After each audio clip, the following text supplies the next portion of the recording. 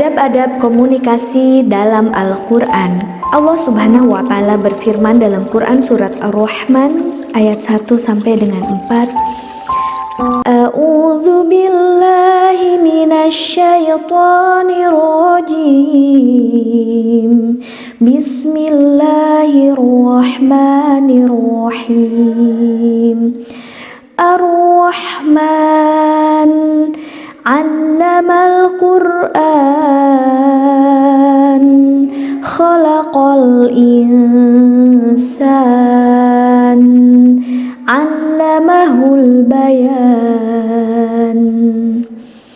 Yang artinya, Allah yang Maha Pengasih, Dia mengajarkan Al-Quran, Dia juga menciptakan insan dan mengajari mereka tentang Al-Bayan. Adab-adab berkomunikasi.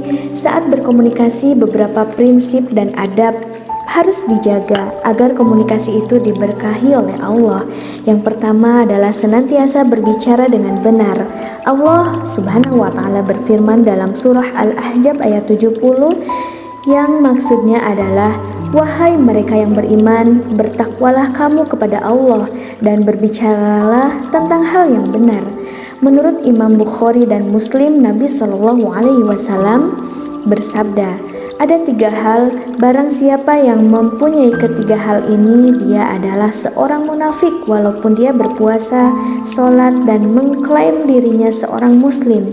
Ketiga hal itu adalah apabila berbicara, dia berdusta, ketika berjanji, dia menyalahi janji, dan apabila diberikan kepercayaan, dia mengkhianati kepercayaan itu. Kedua, menjauhi tutur kata yang haram. Sebagai contoh, mengumpat, mencaci maki, mencela, dan menyebar fitnah. Dalam surah Al-Hujurat ayat 12, Allah Subhanahu wa Ta'ala berfirman yang artinya, dan janganlah kamu mengumpat antara satu sama lain. Adakah salah seorang di antara kamu suka memakan daging saudaranya yang sudah mati? Imam Tirmizi meriwayatkan sabda Nabi yang maksudnya, orang mukmin bukanlah orang yang suka mengutuk. Yang ketiga, menjauhi berbantahan dalam suatu pembicaraan, karena hal ini melambangkan kepribadian yang lemah.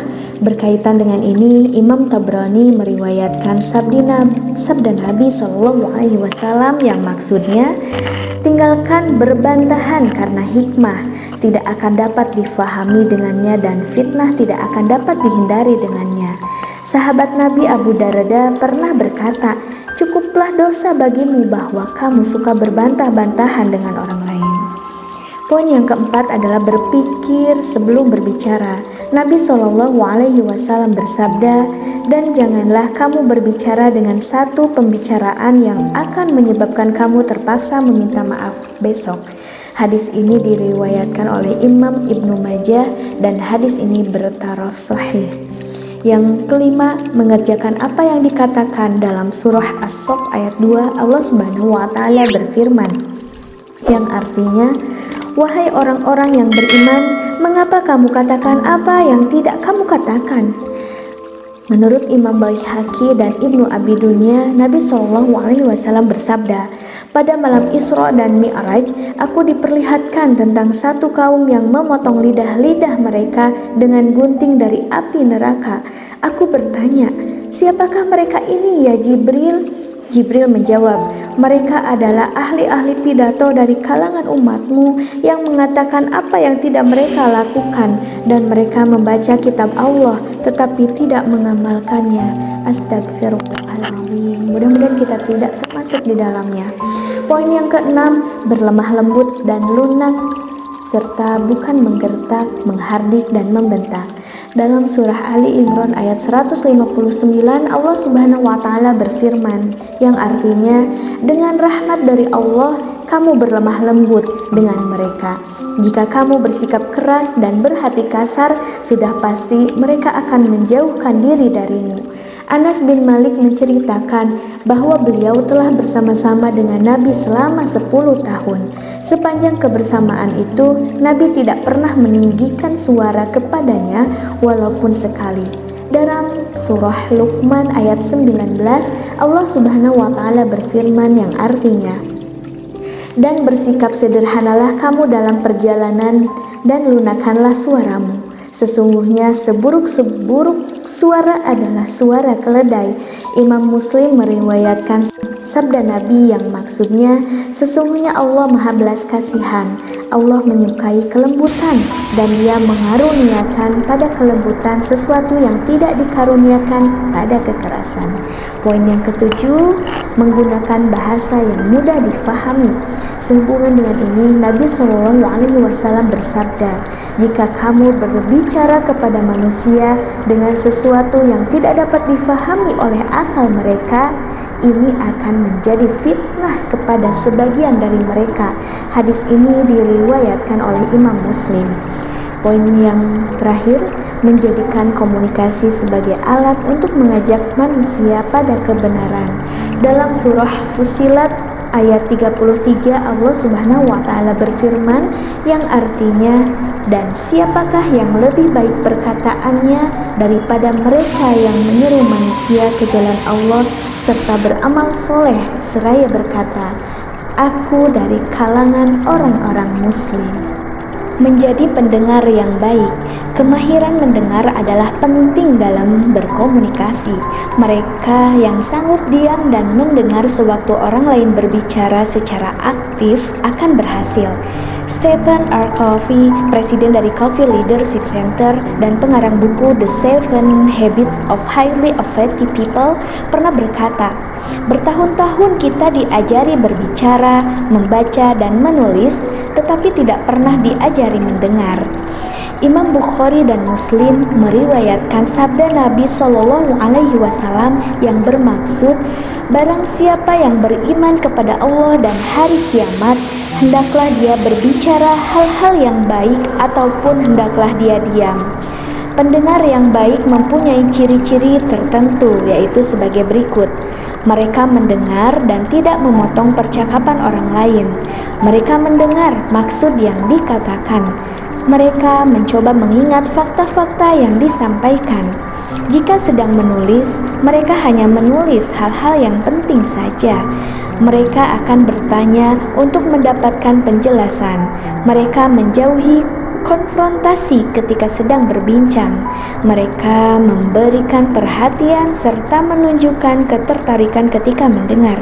Mereka tidak memperdulikan gangguan-gangguan. Allah memuji mereka yang suka menjadi pendengar yang baik. Dalam surah Az-Zumar ayat 18, Allah Subhanahu wa taala berfirman yang artinya, dan berikanlah kabar gembira kepada hamba-hambaku, yaitu mereka yang mendengar perkataan-perkataan kemudian mereka mengikuti apa yang terbaik darinya. Di antara sebab yang menghalangi kita menjadi pendengar yang baik adalah sikap buruk sangka yang telah menguasai diri kita. Apabila seorang berbicara dengan kita, pikiran kita kadangkala bertindak negatif dengan menganggap orang itu sebagai pekerja bawahan, pembangkang, pengacau, dan lain sebagainya.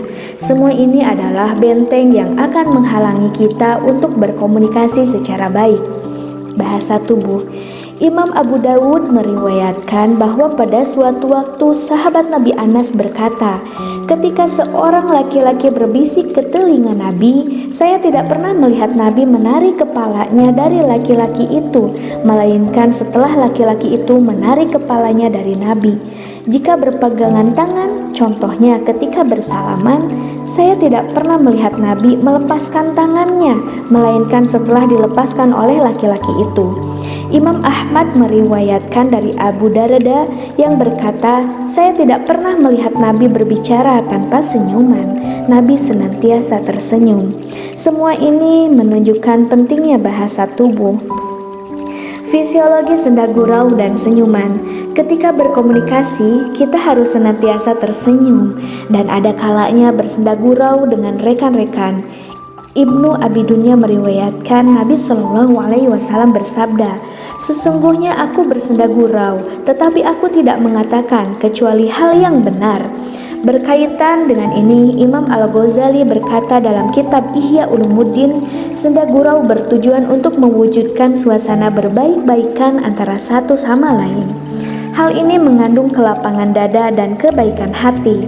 Namun, jika hal tersebut dilakukan secara berlebih-lebihan dan secara terus-menerus, pada saat itu kita dilarang berbuat demikian.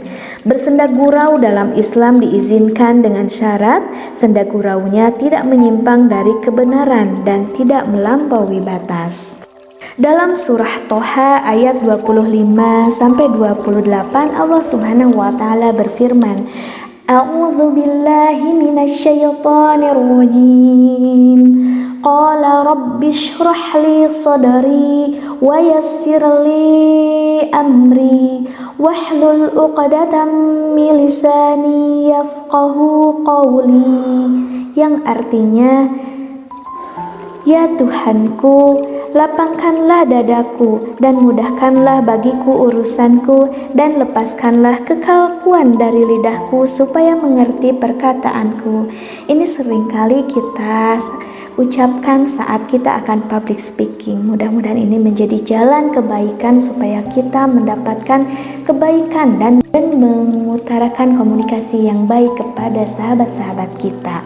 Karena berkomunikasi secara fasih adalah penting ketika berdakwah, dan Nabi lemah dalam hal ini. Nabi Musa memohon kepada Allah agar mengizinkan Nabi Harun membantunya. Karena berkomunikasi fasih adalah penting ketika berdakwah, dan Nabi Musa saat itu lemah dalam hal ini, memohon kepada Allah agar mengizinkan Nabi Harun membantunya. Dalam surah Toha ayat 29 Allah Subhanahu wa taala berfirman, dan Musa berkata, jadikanlah untukku seorang pembantu dari keluargaku, Harun saudaraku. Kisah ini menunjukkan bahwa berkomunikasi secara baik adalah penting, terutama dalam usaha menyampaikan kebenaran. Komunikasi juga penting ketika sedang berinteraksi dengan orang lain. Selain itu, komunikasi yang baik adalah untuk kecemerlangan Anda. Pastikan pada saat Anda berbicara, ucapkan setiap kalimat dengan jelas dan terang. Untuk tujuan ini, berlatihlah dengan membaca buku-buku atau majalah-majalah yang baik setiap hari dengan memperhatikan setiap intonasi dan ucapan huruf. Selalu tersenyum, terutama saat Anda sedang berbicara atau berinteraksi dengan orang lain. Pastikan kalimat-kalimat yang Anda pilih adalah baku dan sesuai dengan suasana. Ketika sedang berbicara tentang diri sendiri, gunakanlah kalimat-kalimat yang melambangkan tawadu. Ingatlah, kalimat yang datang dari hati akan masuk ke hati. Sebaliknya, kalimat yang datang dari mulut hanya akan sampai ke telinga manusia. Dalam sebuah hadis yang diriwayatkan oleh Imam Baihaqi, Nabi Shallallahu Alaihi Wasallam bersabda, berbahagialah mereka yang menahan percakapan yang lebih dari lidahnya dan mengeluarkan simpanan yang lebih dari hartanya. Sahabat Bina Esa, mari like, comment, share, subscribe channel ini untuk mendapatkan materi hikmah ilmu lainnya. Semoga bermanfaat. Wassalamualaikum warahmatullahi wabarakatuh.